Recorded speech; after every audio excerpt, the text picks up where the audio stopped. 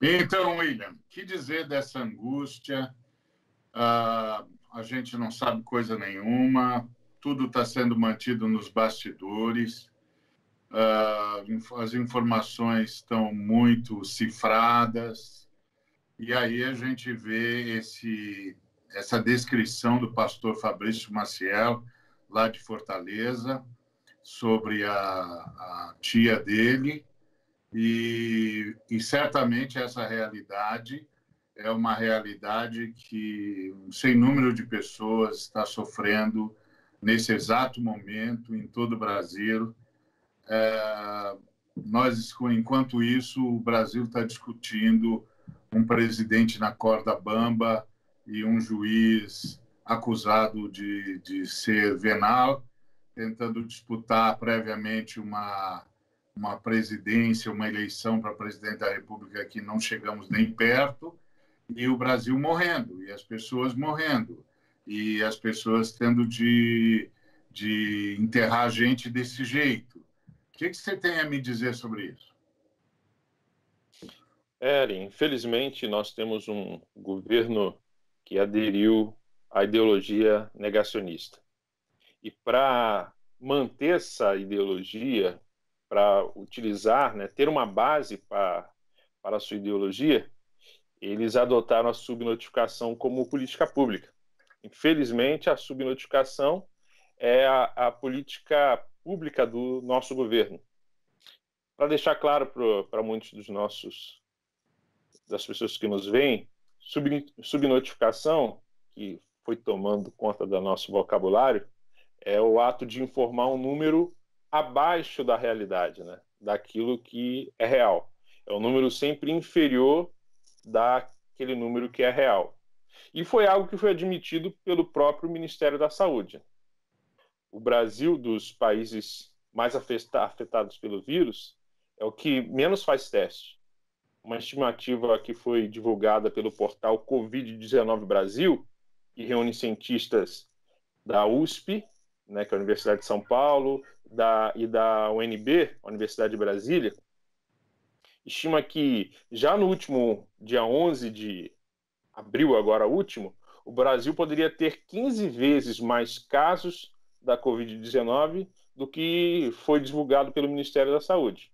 Então, se o número de casos subnotificados, projetados, fosse realmente, for real, for considerado, o Brasil hoje seria o segundo país no mundo, atrás somente dos Estados Unidos. Com a diferença de que os Estados Unidos testam 8.866 pessoas por milhão de habitantes, enquanto o Brasil testa apenas 296 pessoas por habitantes. Como o texto que você leu, a máscara está começando a cair.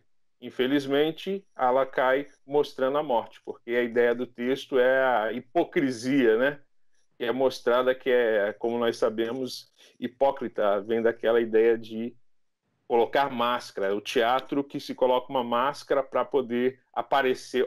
É a mentira, disfarçada, e Jesus está denunciando aí, dizendo que vai trazer à luz tudo isso. Infelizmente, já está acontecendo tudo isso.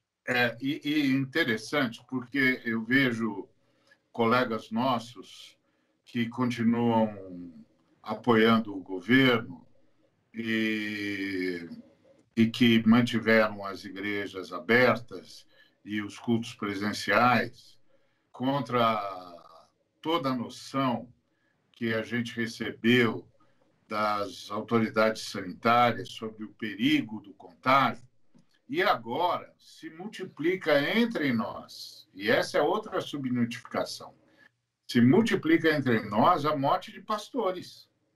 Um tanto de pastores Verdade. contaminados e alguns deles já mortos pelo Covid-19. E ninguém diz. E aí fica aquela história de heróis da fé, falsos heróis da fé, dizendo que não, conosco não acontece. Bom, então vamos falar isso para a família dos pastores que desobedeceram às orientações, promoveram os encontros presenciais e agora perderam a vida, entre outros que estão internados. O que você diria disso, William? Essa turma me lembra muito um profeta nacionalista do período de Jeremias, chamado Ananias. Foi um profeta que, se eu não me engano, é Jeremias capítulo 28, e ele era nacionalista, então ele estava no grupo que, alinhado com a realeza, que estava em oposição à vontade de Deus, e tinha que, como objetivo, se unir ao Egito para poder se insurgir contra a Babilônia. E, segundo Jeremias, Babilônia estava a serviço de Deus como um instrumento de juízo para com a nação de Israel. E Ananias, então, se levanta em oposição à voz de Deus e traz, então, para o povo de Israel uma falsa esperança, dizendo que aquilo ali era apenas duraria pouco, enquanto Jeremias estava dizendo que era algo brutal, que demoraria cerca de 70 anos, ele estava dizendo apenas que era uma gripezinha. Ele estava dizendo que aquilo ali iria passar rapidamente. E, infelizmente, muitos dos nossos pregadores, pastores, colegas, se alinharam ao discurso de Ananias. Se alinharam ao discurso de Ananias, ao invés de se apresentarem como verdadeiros profetas, como o profeta Jeremias, dizendo e declarando à nação o que de fato está acontecendo. Preferiram negar a realidade por viés ideológico. E Deus vai pedir conta, como pediu conta de Ananias, de tudo isso. Infelizmente. E é engraçado, porque, assim, engraçado é modo de dizer, né? É terrível. Porque... Seria como se não fosse trágico. Porque você olha, por exemplo, para o ministro da Saúde, o novo ministro da Saúde, e ele é como o novo Covid-19, porque a gente não entende nada do que ele está falando. Ele não consegue se comunicar, ele não consegue dizer a que veio, ele não consegue dizer que políticas são tomadas. E aí ele faz promessas estapafúrdias, dizendo que vai fazer 40 milhões de testes, dos quais chegam só 177. Ou seja... Mas isso, Ari, não querendo te interromper, mas já interrompendo, isso ele falou quando ele assumiu. Logo após o discurso do presidente, ele falou isso. Exatamente. Ele deveria falar. Porém, agora, na semana passada, no próximo já o final de semana, ele disse que a gente não tem como fazer esses testes. Não é possível fazer os testes. Ou seja, ele já mudou o discurso para poder alinhar a política, né, de subnotificação. Ou seja, não venham me cobrar isso. Não me cobrem isso, porque eu estou alinhado ao presidente. É absurdo, não é? Quer dizer... E o que a gente precisa, o que a gente precisa cobrar do Ministério da Saúde?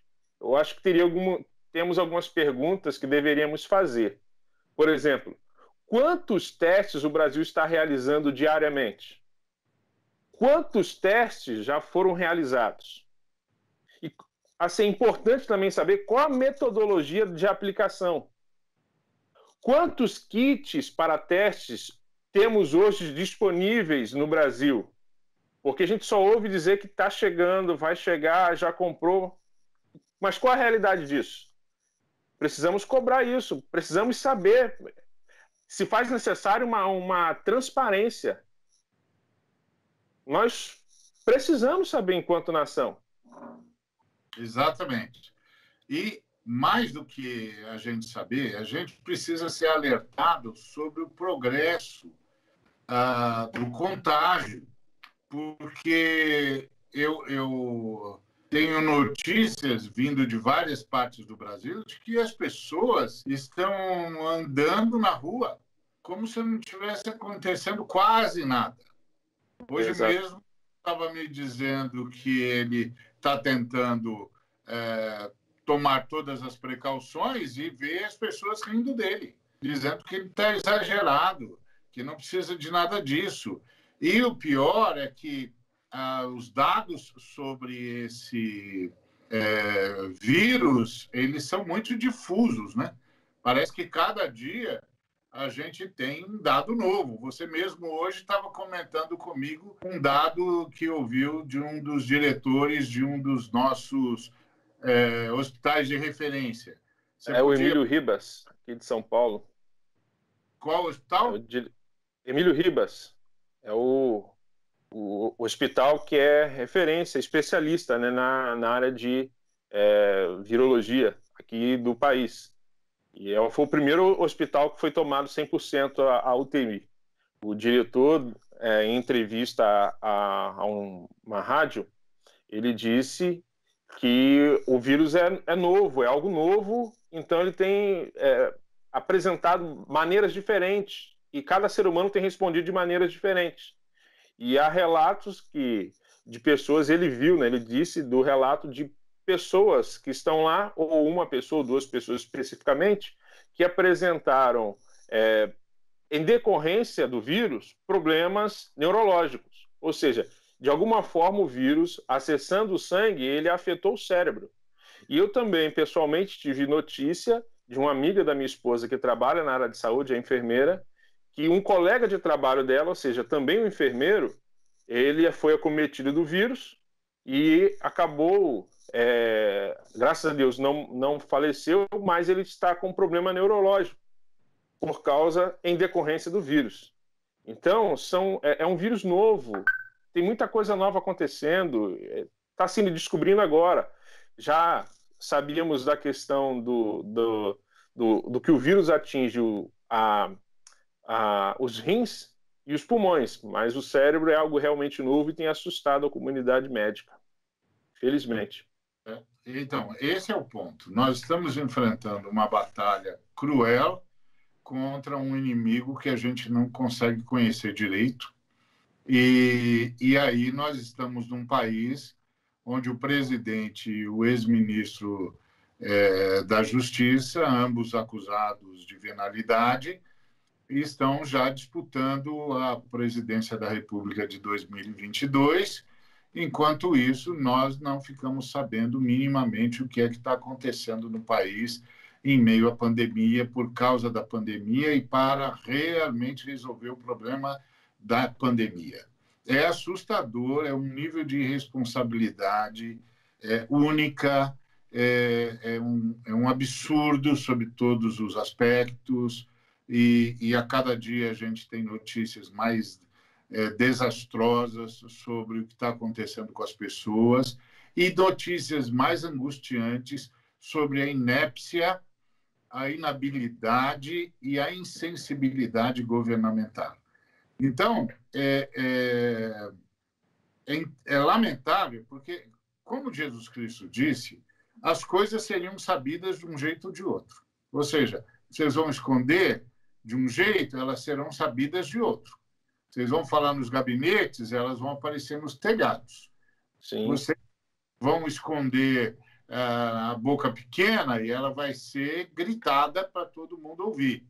O problema é como esse grito vai acontecer. E agora esse grito está acontecendo através dos relatórios de morte, através dos relatórios dos cemitérios, que estão multiplicando as suas covas, que já estão até trabalhando com a ideia da cova comunitária, a vala comum, para não dizer vala comum, que já estão falando em sacos e não mais em caixões. Ou seja, enquanto isso, o pessoal falando que precisa recuperar a economia. Meu Deus. Ver os consumidores irem apoiar gestos tresloucados de prefeitos que mandam abrir os shoppings, por exemplo. Aí o consumidor vai pensando o quê? Que o vírus vai fazer distinção entre o funcionário e o consumidor? É isso? Não, para o vírus, tudo é festa. Tudo é festa. O consumidor, o trabalhador, todo mundo está correndo risco de vida. Nós temos de dizer isso. E nós temos isso da forma mais enfática possível. E temos de dizer aos evangélicos, que é grande parte dos nossos espectadores, que os pastores também estão morrendo, viu, irmãos? Pastores também estão morrendo, viu?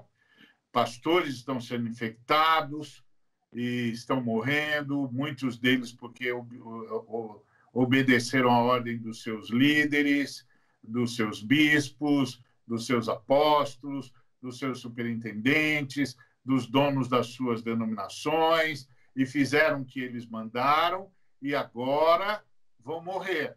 Já estão internados e alguns já morreram. E aí, claro que a gente perguntaria, e a família dessa gente vai ser cuidada por quem? Os grandes apóstolos vão cuidar dessa família? Os caras que foram para a televisão dizer que governador nenhum fecha a igreja dele vai cuidar da família dos que já morreram na sua denominação? Nós precisamos fazer o que as autoridades sanitárias estão fazendo. Ou estão de... A gente tem de ficar de quarentena, a gente tem de tomar muita água, se não tiver saída, precisar sair, tem de usar máscara, tem de manter pelo menos 1 metro, 1,5 metro de distância, e tem de parar de ouvir esses pastores que não estão levando a sério a sua vida.